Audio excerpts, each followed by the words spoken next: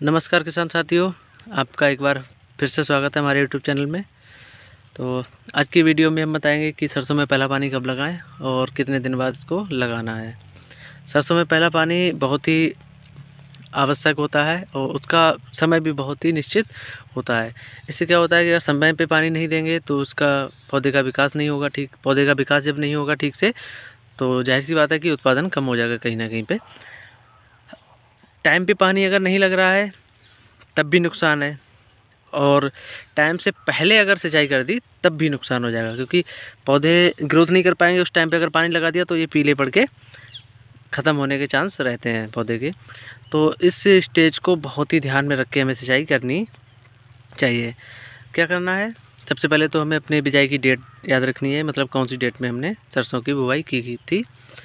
उसके साथ साथ में क्या है, अगर मेरे खेत की नमी की बात की जाए, नमी अगर पर्याप्त है, हमें लग रहा है कि हाँ अभी सिंचाई करने की आवश्यकता नहीं है तो मत करो। अगर हल्की रेतीली मृदा है तो उसमें लगभग 25 दिन पे पानी लगा देना चाहिए। अगर भारी मृदा की बात करते हैं तो उसमें लगभग 35 दिन पे पानी लगाना चाहिए।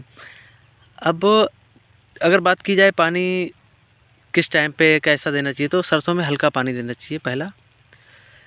खाद की अगर मात्रा की बात की जाए, हाँ, ज़्यादातर किसान भाई बुवाई के टाइम पे ही खाद वाद डाल देते हैं।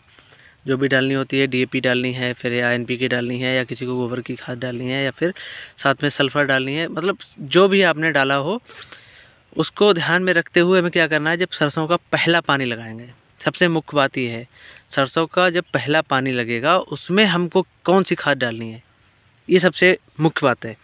तो उसमें क्या करना है, हमें नाइट्रोजन की मात्रा को ध्यान में रखते हुए, नाइट्रोजन तो अति आवश्यक है पहले पानी पे। उसमें क्या करना है, 1 एकड़ के हिसाब से बताते हैं हम आपको। 1 एकड़ में लगभग 40 से 45 किलो यूरिया हमको डालनी है। और उसके साथ में क्या करता है, 90% सल्फ़र जो आती है WTG, उसको 3 किलो पर एकड़ के हिसाब से डाल देना है, उसको मिक्स करके यूरिया के साथ में। अगर हम देख पा रहे हैं अपने खेत में अगर किसी प्रकार की कोई दिक्कत आ रही है या पौधा ऐसे विकास नहीं कर पा रहा है, तो उसमें माइक्रो न्यूट्रिएंट भी डालना बहुत ही आवश्यक है। माइक्रो न्यूट्रिएंट से क्या होता है कि जैसे अगर मेरे पौधे को किसी भी तरह की अगर ज़रूरत होगी न्यूट्रिएंट्स की, तो वो उससे ले लेगा। तो माइक्रो न्यूट्रिएंट भी बहुत ही आवश्यक है डालने का।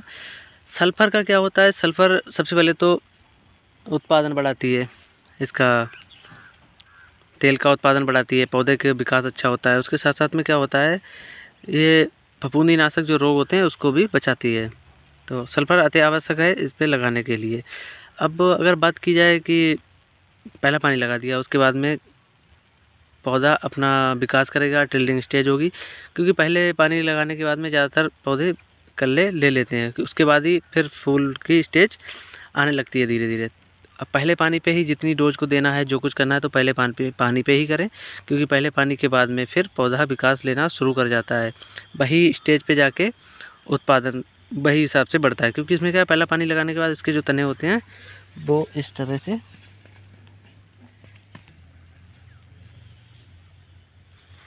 अब इसमें तनों का विकास हो जाएगा।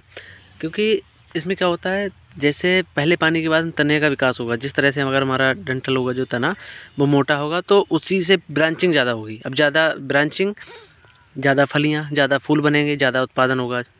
तो इस स्टेज को बहुत ही ध्यान रखना है। और इसके साथ में किसान भाइयों को एक बात और बता दें, जैसे हमने पहला पानी लगा दिया, पहले पानी लगाने के बाद में पौधे ने अच्छा विकास किया, टिल्डिंग अच्छी ली। अब क्या करना चाहिए, जब हमें लगे कि पौधे को किसी दूसरे न्यूट्रिएंट की ज़रूरत है, नाइट्रोजन की ज़रूरत है या पोटास की या फास्फोरस की, तब हमें क्या करना चाहिए कि जो एनपीके आती है 19-19, उसकी स्प्रे अति आवश्यक है। उसकी स्प्रे करने से क्या होता है कि पौधे को अगर फास्फोरस की जितनी ज़रूरत है या फिर उसके नाइट्रोजन की है, तो वो अपने हिसाब से उसको ले लेगा। ये बहुत ही मतलब क्रिटिकल स्टेज अगर इसको बोलें वो मानी गई है, क्योंकि पौधे का जितने भी विकास करना है, जो कुछ करना है, कि बस यही लास्ट है। इसी में जितना आपको कुछ करना है वो कर दीजिए, इसके बाद में पौधा ब्रांचिंग शुरू कर देगा।